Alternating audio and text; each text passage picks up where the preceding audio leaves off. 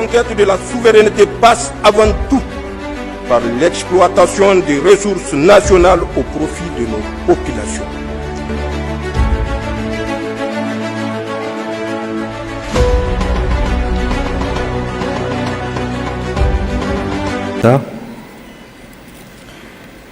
Mesdames et Messieurs les membres du gouvernement, chers collègues,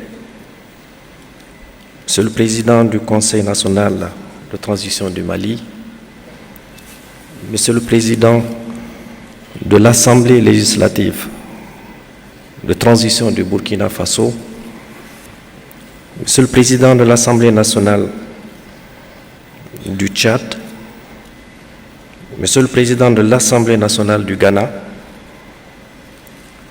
Monsieur le Président du Conseil consultatif de la refondation, Messieurs les anciens présidents de l'Assemblée et anciens premiers ministres, Monsieur le gouverneur de la région de Niamey, Monsieur l'administrateur délégué de la ville de Niamey, Mesdames et Messieurs les membres du Conseil consultatif de la refondation, Excellences, Mesdames et Messieurs les ambassadeurs et représentants des organisations internationales accréditées au Niger,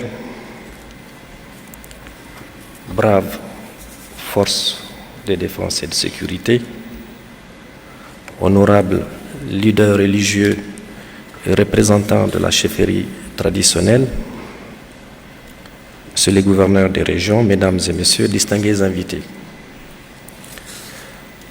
En ce moment solennel, je voudrais m'acquitter de l'agréable devoir de vous souhaiter, au nom du Président de la République, chef de l'État, Son Excellence, le général d'armée Abdrahmane Tchani, la chaleureuse bienvenue au Niger.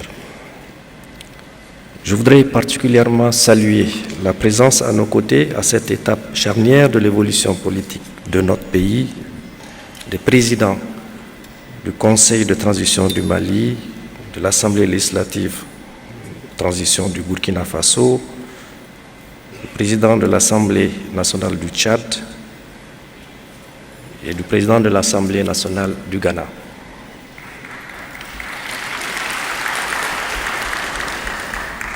La cérémonie d'aujourd'hui consacre ainsi une harmonisation de nos institutions au sein de la Confédération de l'Alliance des États du Sahel. En effet, après la République du Mali et le Burkina Faso, notre pays s'est aussi doté d'une institution consultative permettant à notre peuple de prendre part à la gestion des affaires de l'État. Comme au Mali et au Burkina Faso, c'est là une approche endogène que la situation nationale nous dicte et conforme à nos valeurs de civilisation. À l'instar de nos frères de la Confédération de l'Alliance des États du Sahel, notre pays, le Niger, se met sur le chemin de son indépendance et de sa souveraineté véritable pour s'affirmer comme un pays digne et libre. Ce chemin est certes difficile et plein d'embûches multiples et multiformes au regard de la violence gratuite et sauvage que vit le Sahel central depuis plus d'une décennie. Ce qui peut ressembler à un chaos entretenu à dessein dans notre sous-région par ceux-là même qui espèrent nous maintenir dans les rapports désuets, uniques, néocoloniaux, a été la lumière qui a illuminé notre espace, le déclic. Les peuples de nos trois États ont agi conséquemment en soutenant sans réserve nos armées qui se sont dressées en rempart contre une honteuse recolonisation du Sahel. C'est le lieu de rendre un hommage mérité à leur excellence, le général d'armée Assimi Goïta, président de la transition du Mali, chef de l'État, président en exercice de la Confédération, le capitaine Ibrahim Traoré, président de la transition, chef de l'État du Faso, et au général d'armée Abdrahmane Tchani, président de la République du Niger, chef de l'État, pour leur vision et le don de soi dont ils font montre dans la reconquête de la dignité de l'homme africain. Depuis qu'il préside aux destinées des peuples de notre confédération, nous avons compris qu'au Sahel, les choses ne seront plus jamais comme avant. Inch'Allah. De par le monde entier, de nouveaux regards sont posés sur la confédération de l'Alliance des États du Sahel.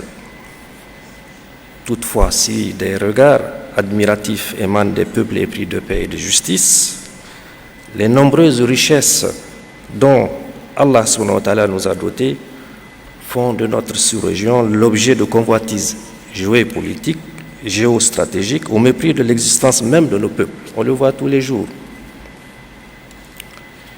La remise en cause sournoise du droit international issu de la fin de la Deuxième Guerre mondiale est à ce sujet une source de grave préoccupation. Le monde ne doit plus être régi par la loi de la jungle. C'est pourquoi, au sein de notre confédération, nous prenons la coopération dans la paix, la solidarité et un développement partagé. Mesdames et messieurs les membres du Conseil consultatif de la refondation, je voudrais, après les conseils empreints de beaucoup de sagacité prodiguée par le ministre d'État ici, me permettre de dire quelques petits mots. Si l'une de vos missions consistera à donner des avis sur toute question relevant de la situation nationale, vous devez, en synergie avec les institutions similaires de notre confédération, promouvoir dans notre sous-région, en Afrique et dans le reste du monde, notre vision qui consiste à entretenir avec tous les peuples des rapports de coopération basés sur le respect mutuel, dans la paix et dans le bénéfice de chacun. Mesdames et messieurs, le rôle du conseiller de la refondation ne saurait donc être une sinécure. Le patriotisme dont vous faites preuve déjà et qui a guidé à votre désignation est un gage de sérieux que vous mettrez dans l'accomplissement de votre exaltante mission. Je voudrais donc, sur ces mots, déclarer effective l'installation officielle du Conseil consultatif de la refondation. Qu'Allah subhanahu wa ta'ala guide vos pas, qu'il vous inspire la sagesse, qu'il vous permette de mener à bien cette mission, de finir en beauté au bénéfice du peuple. Bon travail et bonne mission à tous.